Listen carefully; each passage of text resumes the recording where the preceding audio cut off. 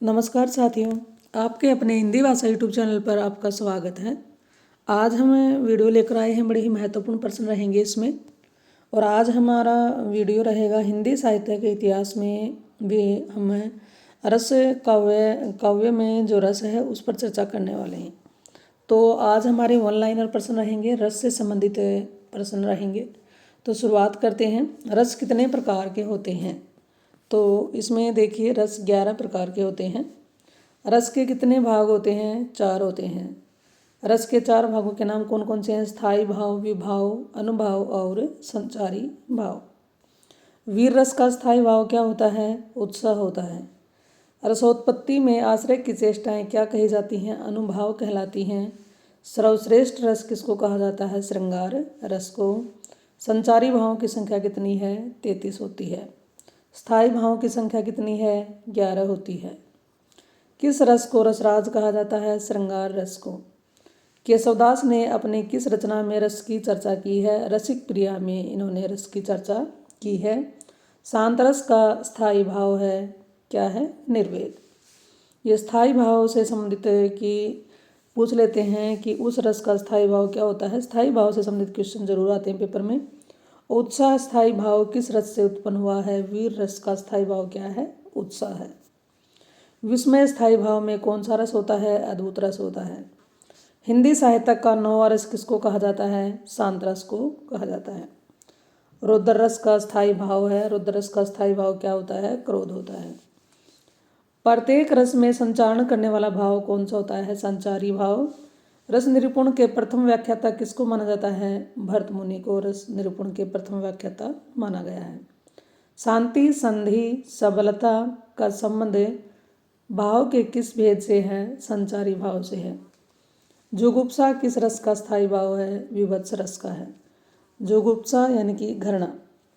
रस सिद्धांत के आदि प्रवर्तक कौन है? भरत मुनि को रस सिद्धांत का आदि प्रवर्तक माना जाता है। ओज गुण से परिपूर्ण रस का नाम बताइए। क्या नाम है? वीर रस। विवत्स रस का स्थायी भाव क्या है? जुगुप्सा है।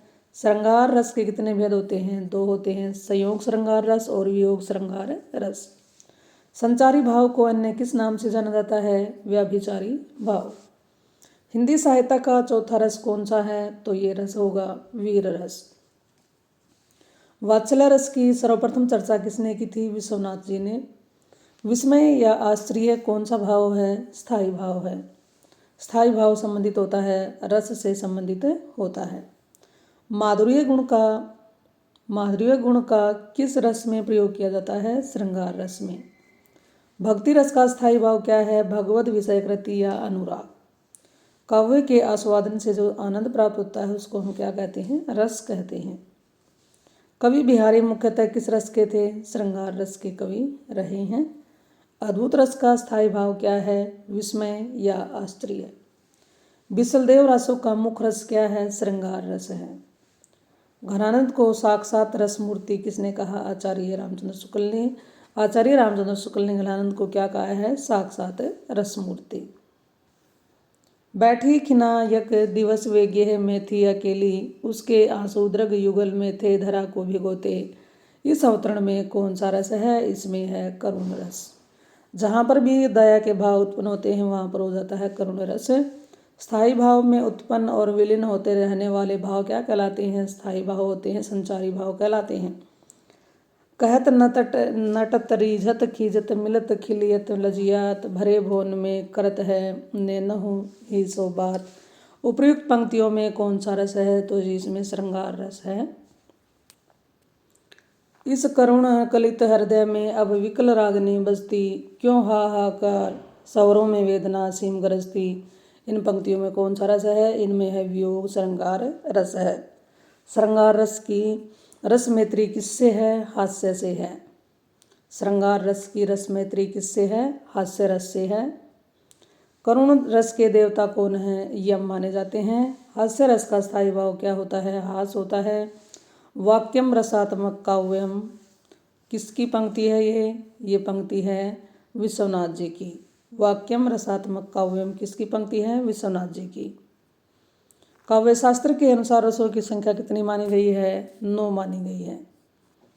श्रृंगार को रसराज की संज्ञा किसने दी? भोजराज ने। ताव दवे दवे मुच्छन कंगूरन पे, पाँव दवे दवे घाव दे दवे दवे अरि मुख को दी परे कोटि में, उक्त पद में रस कौन सा है? वीर रस है। विभाव अनुभाव व्याभिचारी संयोगात रस निष्पत्ति, यह सूत्र किसने दिया था? भरत मुनि ने। वेरी इंपॉर्टेंट है ये क्वेश्चन।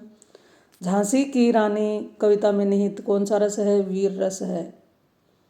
ये वीर रस से भरी हुई कविता है सुभद्रा कुमारी चौहान की, झांसी की रानी। सात्विक अनुभाव कितने हैं? 8 माने जाते हैं। उत्साह किस रस का स्थायी भाव है? तो ये वीर रस का स्थायी भाव है उत्साह। निर्वेद स्थायी भाव किसका है? शांत रस का है। हास शोक उत्साह आदि भाव रस के किस अंग में आते हैं? तो ये आते हैं स्थायी भाव में। बतरस लालच लाल की मुरलीधरी लुकाए, सो कर मोहनी हंसे देन कहे नटी जाए, इस पंक्ति में कौन सा रस है? इसमें श्रृंगार रस है। किस रस को रसराज कहा जाता है? तो इसको श्रृंगार रस को रसराज की उपाधि दी गई है। शोक किस रस का स्थायी भाव है? करुण रस का है। श्रृंगार रस का स्थायी भाव क्या है? रति है या प्रेम है। किलकत कान है घुटरोवनी आवत में कौन सा रस है? तो इसमें है वात्सल्य रस। जहाँ पर माता पिता का बड़ों का छोटों के प्रति, माता पिता का संतान के प्रति, और जो गुरुजनों का अपने शिष्यों के प्रति जो प्रेम भाव झलकता है वो उसमें आता है वात्सल्य रस में। क्रोध किस रस का स्थायी भाव है? रौद्र रस का स्थायी भाव। शांत रस को सर्वश्रेष्ठ किसने माना है? अभिनव गुप्त ने शांत रस को सबसे श्रेष्ठ रस माना है। जिस वस्तु के नाश के कारण उत्पन्न होने वाले चित्त की व्याकुलता कहलाती है, क्या कहलाती है? करुण रस कहलाएगी उसमें।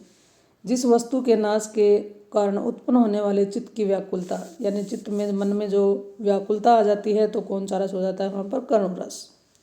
हाय रुक गए यही संसार, बना सिंदूर अनल अंगार, पद में निहित रस चुनकर बताइए कौन सा है? करुण रस है। शांत रस का स्थायी भाव क्या है? निर्वेद है। तो ये जानकारी आपको कैसी लगी? ये वीडियो में ज़रूर बताइएगा, और अच्छी लगे तो इसे लाइक करें और अपने साथियों के साथ शेयर ज़रूर कर दें। और ये जो मैं यहाँ पर आपके लिए जो भी मैटर हिंदी साहित्य के इतिहास से संबंधित लेकर आ रही हूँ, ये किसी एक बुक से संबंधित नहीं है। बहुत सारे बड़े बड़े लेखकों की ये बुक है मेरे पास 3-4, और कुछ नोट्स भी मेरे पुराने रखे हुए हैं। तो मुझे लगा कि ये तुम्हारे लिए बड़े ही इम्पोर्टेंट रहेंगे, इसलिए मैं इनको आपके साथ साझा कर रही हूँ, शेयर कर रही हूँ। कोई इसमें लेखक विशेष एक इसमें नहीं रखा है, तो आप इस बात की चिंता छोड़ दें ये कहाँ से आया है कहाँ से नहीं है। तो इसमें जो इम्पोर्टेंट मुझे लगता है और जो ये लगता है कि एग्ज़ाम की दृष्टि से ये इम्पोर्टेंट मैटर है, वो आपके साथ में शेयर करती जा रही हूँ। तो ये ज़रूर बताइएगा ये जानकारी आपको कैसी लगी। अगर वीडियो अच्छी लगी हो तो इसे लाइक ज़रूर करें, शेयर करें, और इस चैनल पर आप पहली बार आए हैं तो इसे सब्सक्राइब कर लें। चलिए तो फिर मिलते हैं एक और ऐसी ही नई वीडियो नई जानकारी के साथ। इस चैनल पर आने के लिए आपका बहुत बहुत धन्यवाद।